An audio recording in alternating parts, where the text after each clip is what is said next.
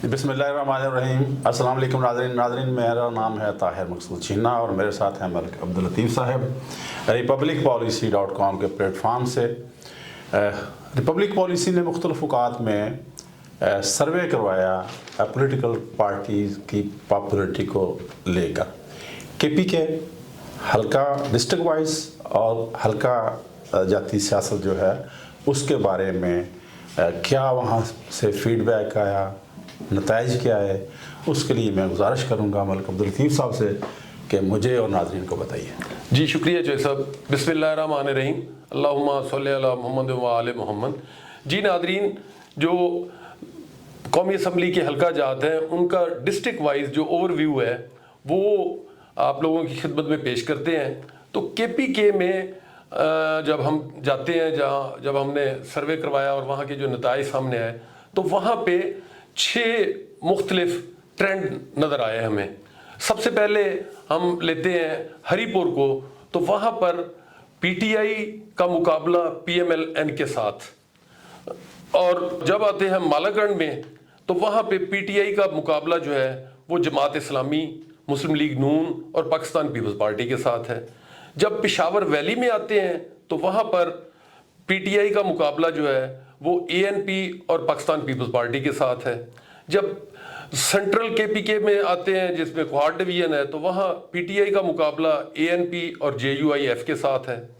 South में जब जाते हैं डेरा इस्माइल खान और बन्नू की तरफ तो वहाँ PTI का मुकाबला जो है वो JUIF के साथ है। और इसी तरह जब फाटा में जो साबका एक्स फाटा है, अब तो वो KPK का हिस्सा है, वहाँ PTI का जो मुकाबला है वो JUIF और जमात इस्लामी के साथ है। तो यहाँ पर पंजाब की निस्बत KPK में जो पॉपुलर वोट की जो परसेंटेज है वो ज़्यादा है। पंजाब में 50 से 60% तक है, यहाँ पर 60 से 70% तक जो पॉपुलर वोट है वो PTI के साथ है। और पूरे KPK में आपको यही ट्रेंड नज़र आएगा कि हर जगह पे PTI मेन कंटेंडर्स है और उसके साथ मुकाबले के लिए किसी जगह पे PMLN है, किसी जगह पे ANP है, पीपल्स पार्टी है, जमात इस्लामी है या कहीं पे JUIF है। तो वहाँ पे आपको ओवरऑल जो पॉलिटिकल वेव है इस वक्त वो आपको PTI की ही नज़र आती है। मैं यहाँ पे नाज़रीन को ये बताता चलूँ कि KPK में जो पॉलिटिकल वेव है उसकी खासी अहमियत है। 2002 के इलेक्शन में या उस वक्त वहाँ MMA की वेव थी और MMA ने जीती और उन्हें गवर्नमेंट बनाई। अब इस वक्त बल्कि 2013, 2018 के इलेक्शन और अब जो 2024 में होने जा रहे हैं तो वहाँ पर जो वेव है वो PTI के हक में है। तो इस वजह से हर जगह पे PTI जो है वो मेन कंटेंडर्स आपको नज़र आती है। अब जो हमारे मेथोडोलॉजी है, रिपब्लिक पॉलिसी ने जो सर्वे करवाया वो हमारी वेबसाइट पर मौजूद है, वहाँ से जाके आप पूरी डिटेल में देख सकते हैं।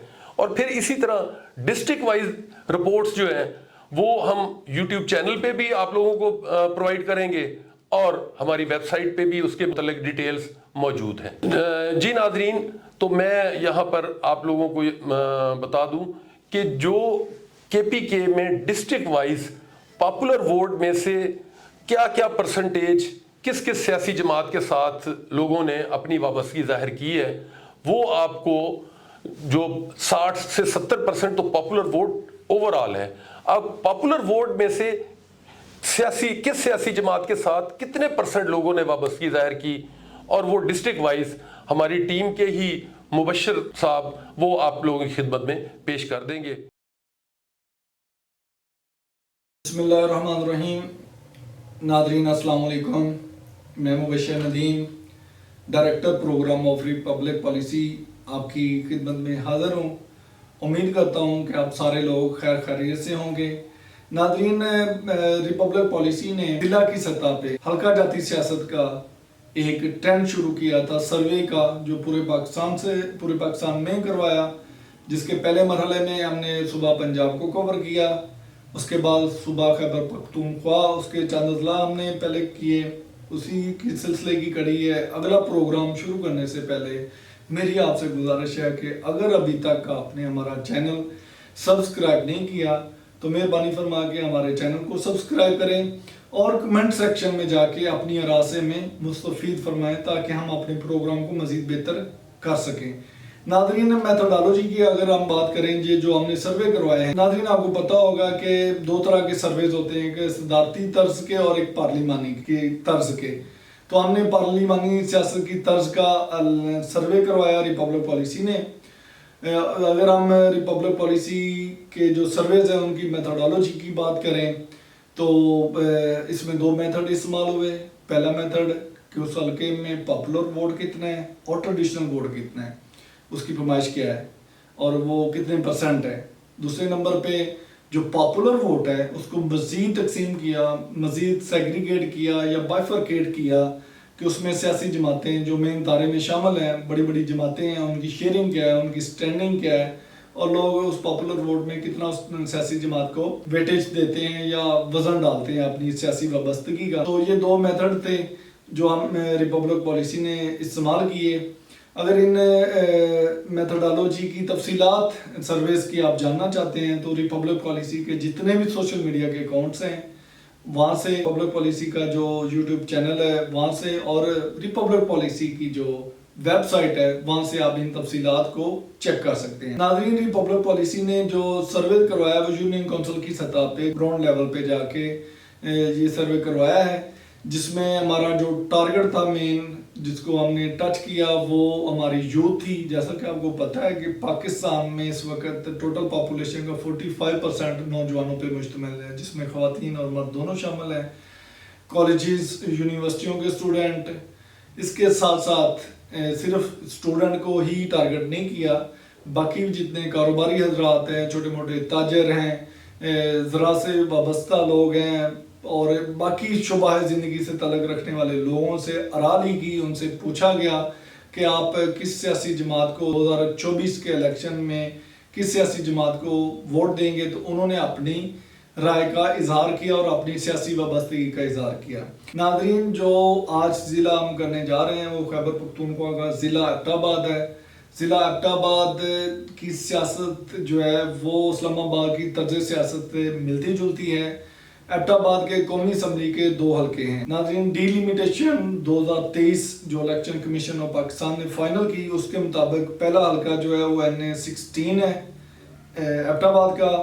اس میں جو تحصیلوں کی اگر ہم بات کریں تو حویلیاں تحصیل ہیں، لورا تحصیل ہے، مری گلیات کینٹ ہے اور ایبٹ آباد کی تحصیل کے کچھ علاقے ہیں۔ اسی طرح اگر ہم NA17 دوسرا حلقہ جو ایبٹ آباد کا NA17 ہے اس کی بات کریں تو یہاں پہ لوئے تناول تحصیل ہے اور ایبٹ آباد تحصیل کے علاقے ہیں۔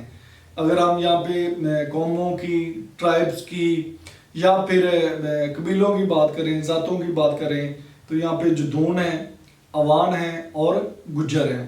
یہ ایبٹ آباد کی بات ہو رہی ہے۔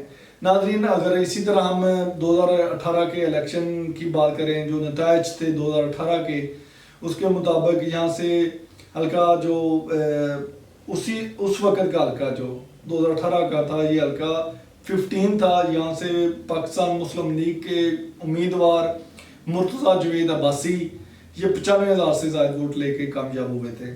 دوسرے نمبر پہ آنے والے علی اصغر خان تھے جو پاکستان تحریک انصاف کے امیدوار تھے، انہوں نے 82,000 سے زائد ووٹ حاصل کیے۔ تیسرے نمبر پہ آنے والے سردار محمد یعقوب جو کہ آزاد حیثیت سے الیکشن انہوں نے لڑا اور انہوں نے 30,000 سے زائد ووٹ حاصل کیے۔